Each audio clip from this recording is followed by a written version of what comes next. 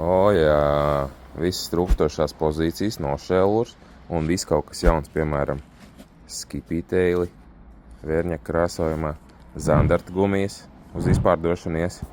Redzat, viņam te nav perfekts krāsojums, tāpēc osis perfekcionists viņas iedod uz izpārdošanu, bet man liekas, ka zivī vienalga.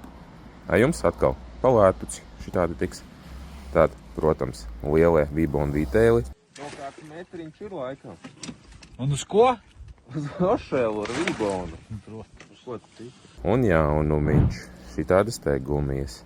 Super dabīgas, ar spuriņām, ar roku krāsotas.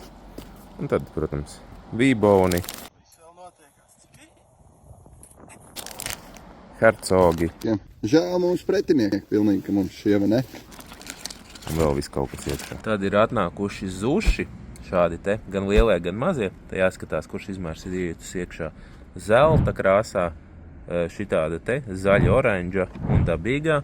Un tad ir šitās te Oskara mīļākās jaunās gumijas, super dabīgās atnākušas. Protams, vārdītes vesela kaudze ir.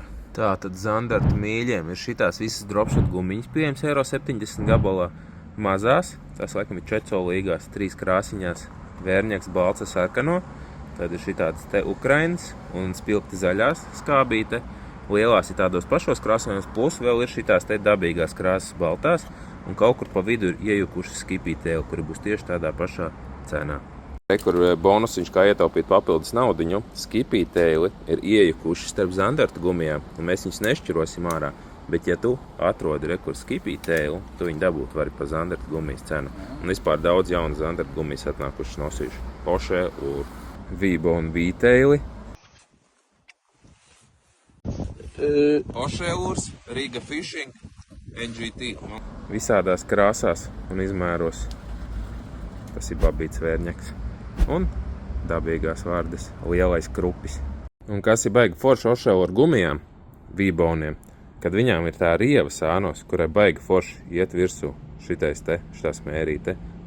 Un viņa nost neiet. Viņas atķerās tajās rievās iekšā. Tā kā izmantojiet, kombinācija strādās. Lūra džanks atraktants.